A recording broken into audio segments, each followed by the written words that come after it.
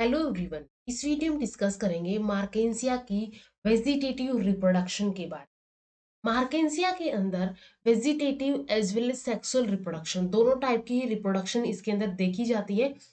तो आज की वीडियो में डिस्कस करेंगे वेजिटेटिव रिप्रोडक्शन के बारे में। नेक्स्ट वीडियो में डिस्कस करेंगे सेक्सुअल रिप्रोडक्शन के बारे में।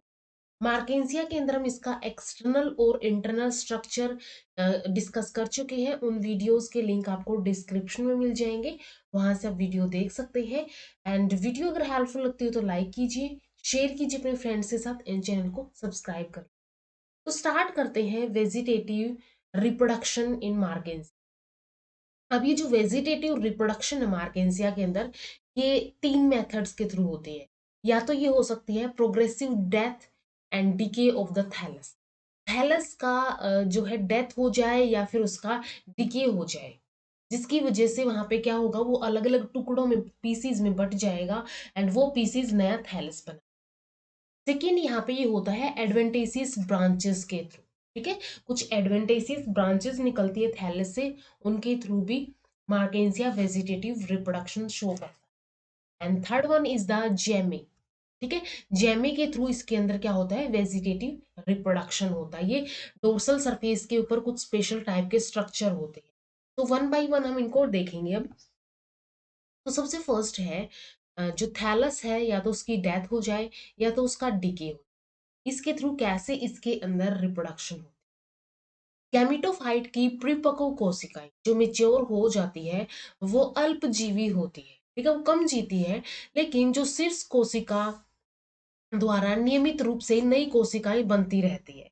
नीचे वाली जो सेल्स हो जाती है, वो क्या हो जाती है, पुरानी हो जाती है, फिर वो मेच्योर हो जाती है, परिपक्व हो जाती है। और वो कैसी होती है, वो अल्पजीवी हो जाती है जैसे जैसे वो मेच्योर होती है। लेकिन जो शीर्ष के ऊपर कोशिकाएं हैं, जो एपिकल नोच के अंदर कोशिकाएं हैं, या फिर एपिकल सेल है, या फिर इसका ग्रोइंग पॉइंट है, वहां पे नई कोशिकाएं ऐड होती रही। ठीक है, नियमित रूप से नई कोशिकाएं ऐड होती रही। तो इसलिए मृत्यु और क्षय यानी डेथ एंड डिके स्वाभाविक रूप से पीछे के छोर से शुरू होता है, क्योंकि यहाँ पे इन छोरों पे क्या होता है, इन सिरों पे नई सेल्स ऐड होती रहती है। तो इसका डेथ एंड डिके यहाँ से हो सकता है, यहाँ से हो सकता है, इन रीजन से हो सकता है। तो ये क्या होता है, पीछे के छोर से स्टार्ट होता है। जैसे ही क्षय की प्रक्रिया, यानी इसका या तो डेथ हो रही है या तो इसका डिके हो रहा है, वो द्विविभाजन के बिंदु, यानी कि ये जो यहाँ पे पॉइंट ऑफ डायक्टमी था, ये जो दो के अंदर ये बटा हुआ है, तो पॉइंट ऑफ डायक्टमी तक पहुंचने तक ही, ठीक है, यहाँ तक पहुंचने तक ये क्या होगा, ये यहाँ तक पहुंचती है जब तक, यानी इनका डेथ या फिर डिके इस थैलस के इस पार्ट तक, यानी पॉइंट ऑफ डायक्टमी तक जब पहुंचता है, तो थैलस के दो शीर्ष भाग अलग हो जाते हैं। तो जैसे कि ये पहले जुड़ा हुआ था, अब ये क्या हो गई, ये अलग अलग हो गए। ये जो है जुड़ा हुआ था, ये क्या हो गई, सब अलग अलग हो गई है। तो ये क्या हो जाते हैं, और ये अलग होके स्वतंत्र पौधे बनाते हैं।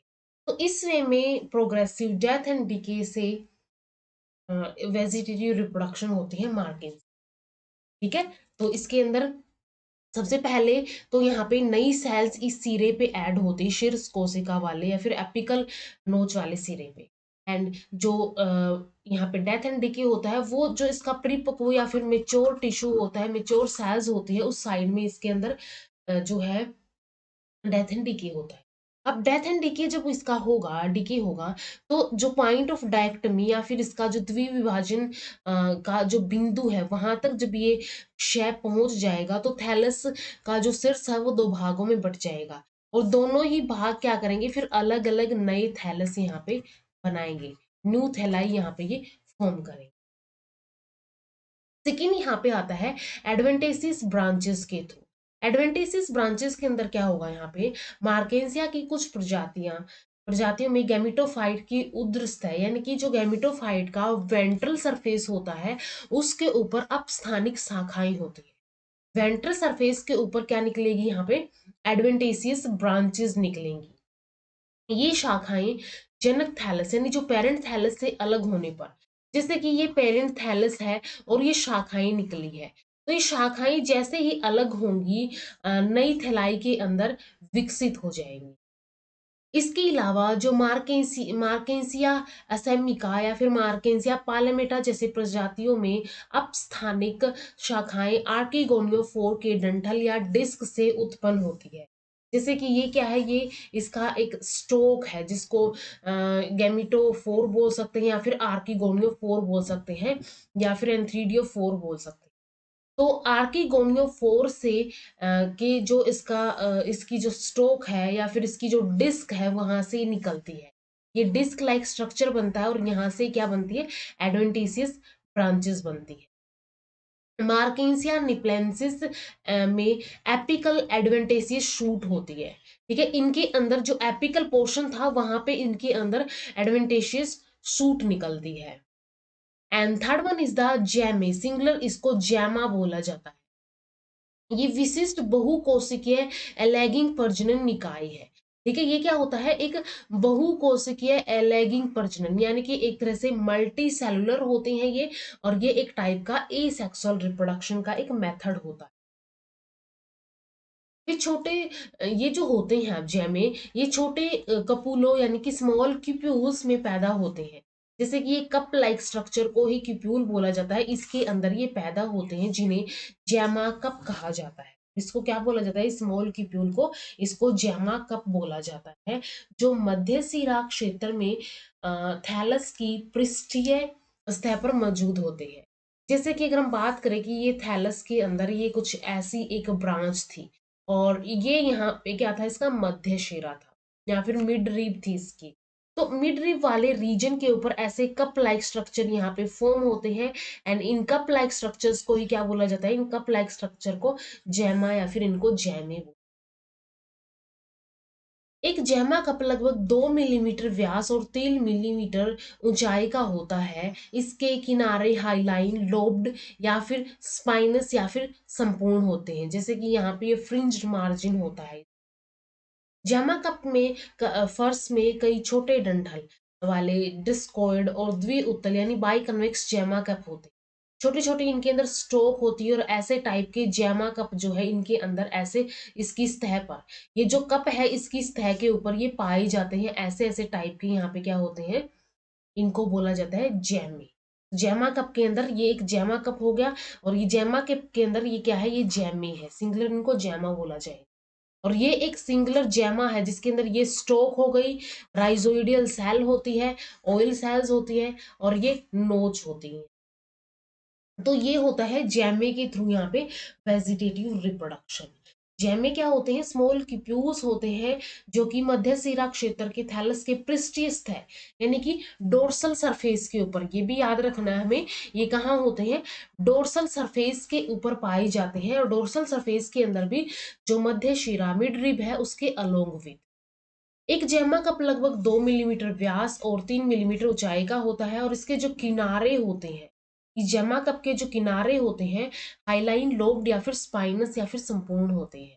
और जैमा कप के अंदर स्ट्रोक वाले छोटे डंठल वाले डिस्कोइड बाई कन्वेक्स जैमा कप इसके अंदर पाए जाते हैं। तो यहाँ तक हमने तीनों मेथड डिस्कस कर लिए हैं। इसके अलावा जैमा के अंदर, जैमा की अधिकांश कोशिकाओं में क्लोरोप्लास्ट होता है। जैमा के अंदर ये जो कोशिकाएं हैं ये अलग अलग है, इनके अंदर अधिकांश कोशिकाओं के अंदर क्लोरोप्लास्ट पाया जाता है। लेकिन दोनों तरफ की कुछ स्थायी कोशिकाएं रंगहीन और पड़ोसी कोशिकाओं से बड़ी होती है। अब यहाँ पे कुछ कोशिकाएं जो है ये पड़ोसी कोशिकाओं से बड़ी होती है और ये रंगहीन होती है। इन कोशिकाओं का द्रव्य कोशिका द्रव्य यानी कि इनके अंदर साइटोप्लाज्म भी घना डेंस होता है और ग्रैनुलर यानी कि दानेदार होता है। ये अंकुरण पर राइजोइड्स को जन्म देती है। ठीक है, ये जो ऐसे कुछ अलग टाइप की यहाँ पे जो सेल्स है इनको क्या बोला जाता है, इनको राइजोइडियल सेल्स बोला जाता है। राइजोइडियल सेल क्या होती है, और कोशिकाओं से बड़ी और रंगहीन होती है, और इनका क्लोरोप्लास्ट भी घना और दानेदार होता है। और जैसे ही जर्मिनेशन होगी तो ये क्या करेंगे, राइजोइड्स को जन्म देंगी, और इन्हें राइजोइडियल कोशिका कहा जाता है।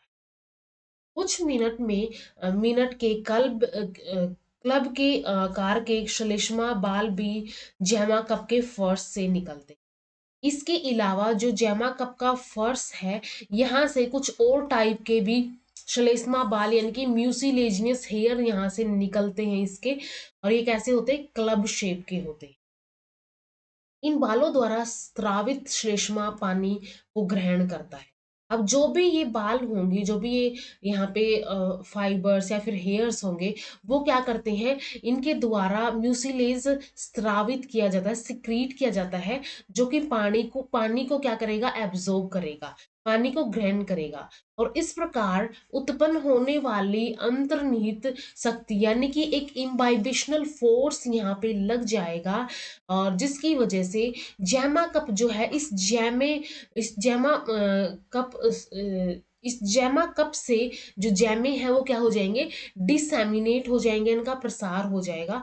तो ये पानी की वजह से जो इम्बाइबिशनल फोर्स यहाँ पे बनता है, इसकी वजह से जैमे डिसैमिनेट होते हैं। तो ये होता है जैमे कप के अंदर।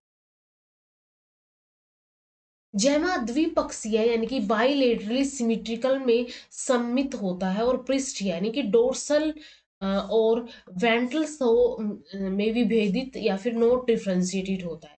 अब अगर इस स्ट्रक्चर को देखें तो यहाँ पे क्या होता है, ये बाइलेटरल सिमिट्रिकल होता है, और इसके अंदर डोर्सल और वेंट्रल सरफेस हमें अलग से नहीं पता होता कि ये डोर्सल होता है और ये वेंट्रल होता है।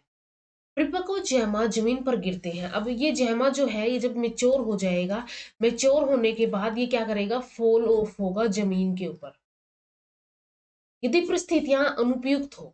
अब यहाँ पे अगर कंडीशंस फेवरेबल होती है, कंडीशंस फेवरेबल या फिर सुटेबल होती है, तो यहाँ पे क्या होती है, जर्मिनेशन होगी, और जर्मिनेशन यहाँ पे क्या हो जाता है, स्टार्ट हो जाता है। तो जर्मिनेशन के बाद जैमा जो मिट्टी के सतह के संपर्क में आती है, कई राइजोइड्स देती है, और इस तह में अंततः थैलस की निचली यानी कि उद्र यानी कि वेंट्रल सरफेस बन जाती है।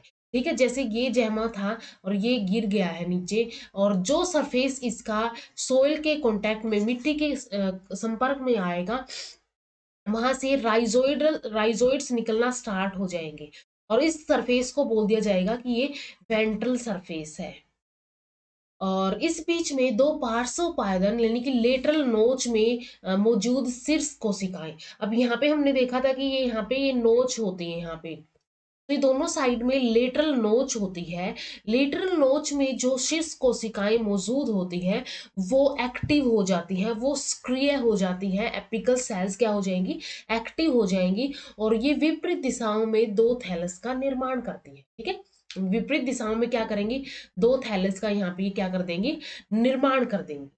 आमतौर पर नर थैलस पर मौजूद जैमे नर पौधे बनाते हैं, और मादा पौधे पर मौजूद जैमे जो होंगे वो मादा मादा पौधे बनाएंगे। तो यहाँ तक हमने तीनों मेथड वेजिटेटिव रिप्रोडक्शन के डिस्कस कर लिए कि कैसे कैसे वेजिटेटिव रिप्रोडक्शन होती है। बहुत बार जैमे के बारे में शॉर्ट क्वेश्चंस में पूछ लिया जाता है, तो ये इंपॉर्टेंट है। जैमे कब क्या होते हैं, कहाँ प्रेजेंट होते हैं, या फिर कैसे एक नया प्लांट बनाने में हेल्प करते हैं, कैसे नया मार्केंसिया का थैलस बनाते हैं, तो इस वे में इसके ऊपर क्वेश्चन पूछा जा सकता है। तो नेक्स्ट वीडियो में डिस्कस करेंगे सेक्सुअल रिप्रोडक्शन के बारे में। सेक्सुअल रिप्रोडक्शन में भी इसके जो सेक्स ऑर्गन होते हैं, एंथ्रीडिया एंड आर्किगोनिया, उनके वो कैसे बनते हैं, उनका स्ट्रक्चर क्या होता है, कैसे उनके अंदर डेवलपमेंट होती है, देन फर्टिलाइजेशन के बाद स्पोरोफाइट बनता है, तो वो हम डिस्कस करेंगे अपकमिंग वीडियोस के अंदर। तो मिलते हैं नेक्स्ट वीडियो में।